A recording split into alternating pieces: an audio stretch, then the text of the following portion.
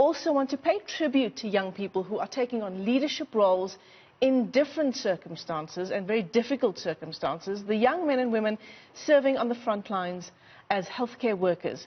We're joined now by one of those women, South Africa's youngest neurosurgeon, that's Dr. Nomsa Shezi, and she'll talk to us about her experiences being a female in a profession that we know is mostly dominated, Dr. Shezi, by men. And correct me if I'm wrong here, you're actually the first black woman neurosurgeon in KZN, is that right? Yes, that is correct. Good morning. So this is an interesting Youth Day, isn't it? There's a lot to reflect on. As we do those reflections, we realize we actually haven't come perhaps as far as the youth of 1976 would have hoped we'd be by 2020. But tell us your story, your journey to 2020, making you the youngest black female neurosurgeon in your province. Thank you, Michelle. Well, it would be amiss for me not to actually express gratitude to the youth of 1976, because as much as we are not completely Uhuru, they made great strides in getting me to where I am. My journey has been fought because I was afforded opportunities that would not have happened had they not had that uprising. But it has been fought with a lot of challenges, a lot of experiences that you would think in 2017, when I did qualify, celebrating the first African female neurosurgeon in KZN was a great experience, but also a sad one to think that in KZN, in South Africa, you would be celebrating an African becoming a neurosurgeon almost 60 years after a medical school has been built in the province.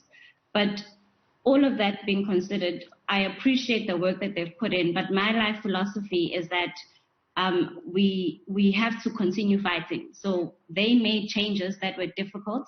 I've also had to go through my own journey, hoping that me being the first female African in my province would allow other females to see themselves in me. And hopefully in 10 years or 20 years' time, we're having a different conversation about the challenges that don't have anything to do with my gender or my race, but as a collective society that we're fighting different battles, fighting towards our excellence as a nation. You're so absolutely right, because while it is, it's always wonderful to just take a moment to take stock and to reflect and say, yes, Dr. Nomsa Shezi is the first black African woman in her province to become a neurosurgeon. But as you say, at the same time, there is that almost cloud, I suppose, over an achievement like that. Because as you say, why are we still celebrating the first black African woman in anything? Yes, so I take it with the good and the bad. The good is that I am a product of those that had to fight before me, those that were alone in the room. I've also embraced the notion that if we want to see a change in the positions of power, there has to be the first. We have to be the one who is in the awkward position of being the only in the room that looks like them or that sounds like them. And that's the journey towards change, because change, my belief is that if we want the conversation to change, to no longer talk about those things, someone needs to take a seat at the table. We can't shy away from the opposition or the inherent difficulty of having to occupy that space. I don't believe that I am extremely exceptional, and that's how I got into the position. I believe that sometimes people shy away from the challenge and you go towards the easier route that will be less emotionally and psychologically stressful than having to go and be the first. But again, the 1976 youth taught us something, that sometimes you need to be willing to be uncomfortable and in a painful state where no one absolutely understands and agrees with what you're doing. Because as much as we might celebrate the youth now, that what they did back in 76, at the time, they were considered agitators. They were considered rioters and people who were doing something wrong according to the social standards of what was normal.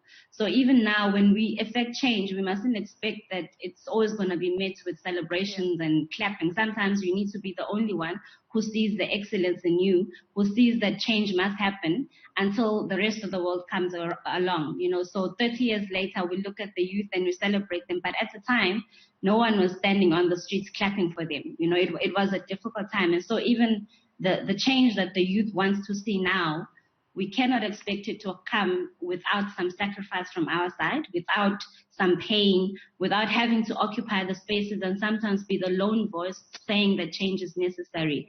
Because otherwise, if we expect the change to be handed to us, we will be crying, but there will be no change for the next 20 or 30 years. Dr. Shezi, we've run out of time, but I want to ask you one quick question. Your message to the youth: we know that young people today face so many different challenges, from poverty to unemployment, just transportation to get them to an interview. Your message to them amid the myriad of challenges that they face today? I think the most important part of the youth that we need to remember, that there is power in the youth.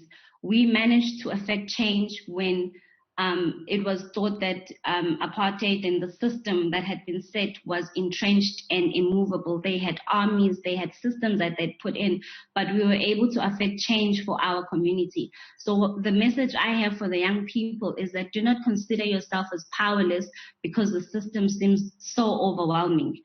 For us to complete the vision of our true liberation, we need to take one step. If I take 5 steps towards the right direction, the person after me has 5 less steps to take. Wow. So have a vision for yourself, what you want to see, what is your definition of liberation.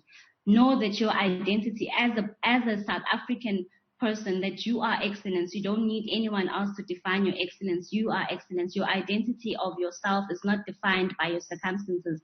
And one of the most important things is that we must not let some other people's dysfunction determine our destiny. So someone's dysfunction or where you are born in or whichever situation you're born in must not determine your destiny. You get to make those choices, and then we need to fight to get what we want, and it is possible. Wow.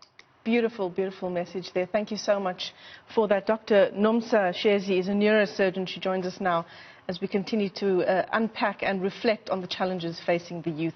She is one of South Africa's youngest neurosurgeons.